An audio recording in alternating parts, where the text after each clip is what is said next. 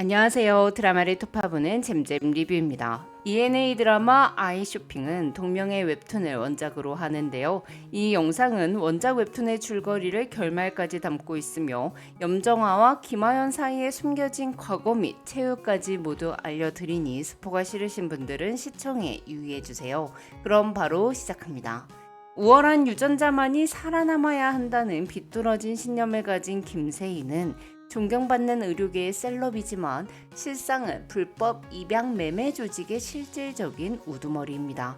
김세희는 완벽한 아이를 갖고 싶어하는 부모들의 욕망을 건드려 유전자적으로 완벽한 아이를 비밀 입양해주고 아이를 키워보다가 마음에 들지 않을 경우 무상으로 20년간 환불을 해주는 서비스를 시행했는데요.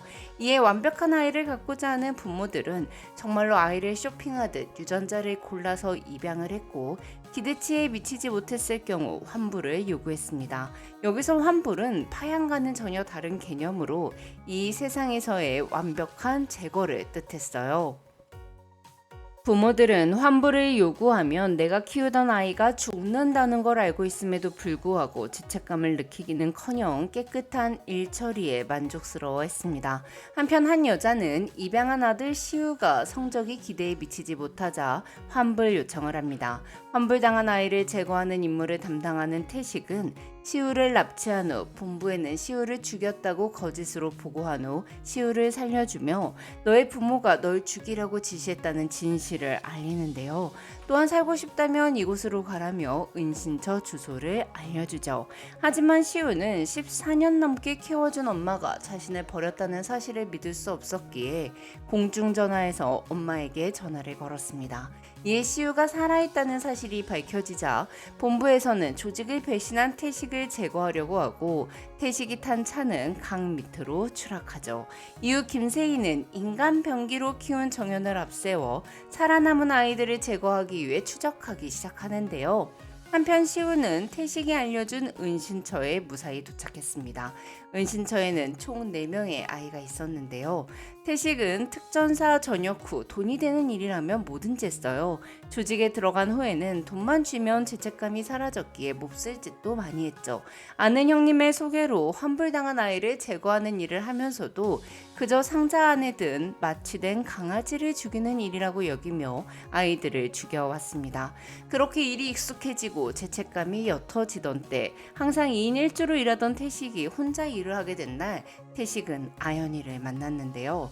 상자 안에 있던 10살 아연은 중간에 마취가 풀려 탈출하려 했고 살기 위해 안간힘을 쓰는 아연을 향해 태식은 차마 총을 쏘지 못했어요.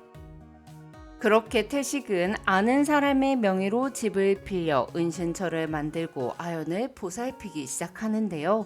형식적으로 아연을 환불한 고객은 딸의 실종 신고를 해놓은 상태라 아연은 은신처 안에서 숨어 살아야만 했습니다. 이후 태식은 동료 없이 혼자 환불 작업을 하는 경우 아이들을 살려서 은신처로 데리고 왔죠.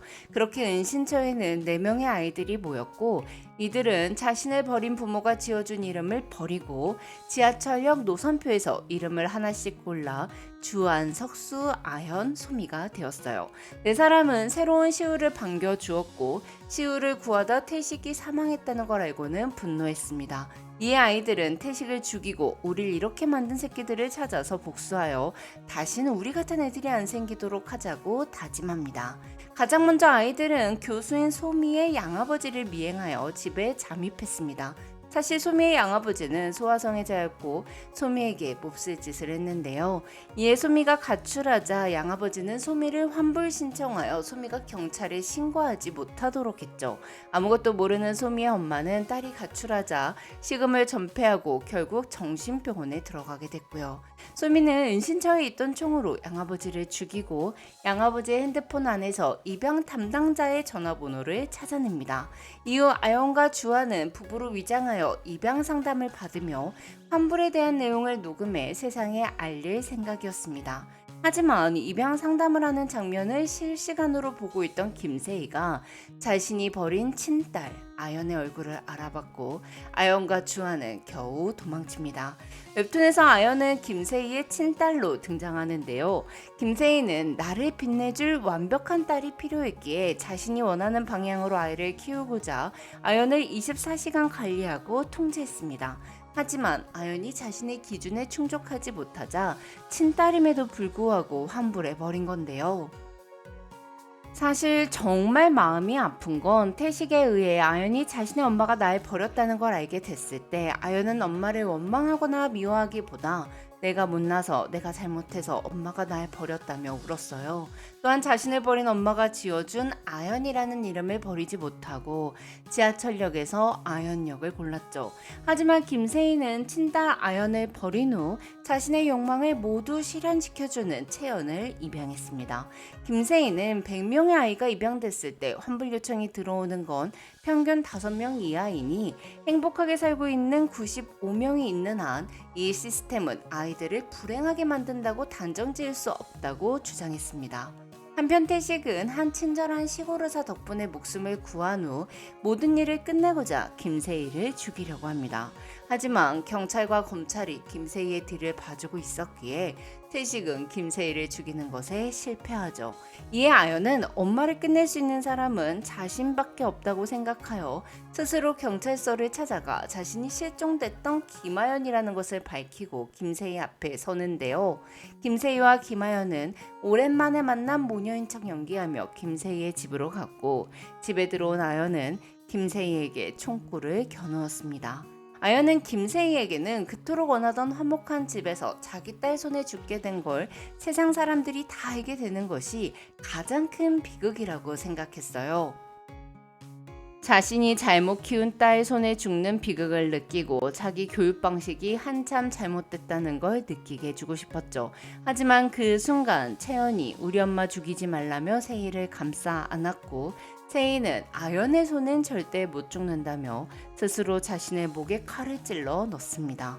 점점 정신을 잃어가는 세희의 눈엔 한때 엄마였던 사람이 죽어가는데도 눈 하나 깜빡 안 하는 아연의 모습이 마지막으로 들어왔고 채연은 어쩌면 뭔가 잘못됐었는지도 모른다는 생각을 하며 눈을 감습니다. 이후 태식은 자신이 세희를 죽였다고 증언하는데요. 세희가 스스로 목숨을 끊었다고 말해도 아무도 믿지 않을 거고 아연이 의심받게 되는 상황에 놓일 수도 있다고 판단했기 때문이에요. 또한 태식은 그렇게 함으로써 환불당한 아이들을 죽여왔던 자신의 죄값 또한 받고자 했던 거였죠. 김세희의 죽음 후 환불이 가능한 불법 입양 사업은 막을 내렸습니다. 아쉬운 건 웹툰에서는 이 일에 엮여있던 검사나 병원장 등 김세희를 돕던 사람들 아무도 처벌받지 않았다는 건데요. 이 부분이 드라마에서는 모두 처벌받는 걸로 각색됐으면 좋겠네요. 한편 시우는 김세희가 사망한 후 자신의 엄마가 진짜로 자신을 죽이려 했는지 확인하고 싶었습니다. 그런데 시우 엄마는 시우가 살아있다는 걸 알자마자 또 조직에 전화를 걸어 빨리 환불해달라고 닥달을 했죠. 그렇게 시우 엄마는 3번이나 시우를 버린 건데요. 이 사실을 알게 된 시우는 자신의 손으로 직접 엄마의 머리에 총을 쏩니다.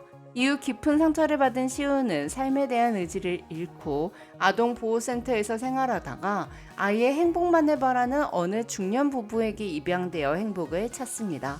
한편 아이돌이 되고 싶었던 소미는 정신병원에 있던 엄마와 함께 진짜 모녀가 되어 삶을 살아가고 자신의 꿈을 이루기 위해 노력하죠. 한편 법적으로 김세희의 딸인 아연과 채연은 김세희의 유산을 상속받았습니다. 채연은 자신 또한 엄마의 기대를 채워주지 못하는 딸이었다면 환불당했을 거라는 걸 깨닫고 아연의 편에 섰으며 2년 후 아연은 세희의 재산으로 입양 파양아동 지원재단을 설립합니다. 지금까지 잼잼 리뷰였습니다. 감사합니다.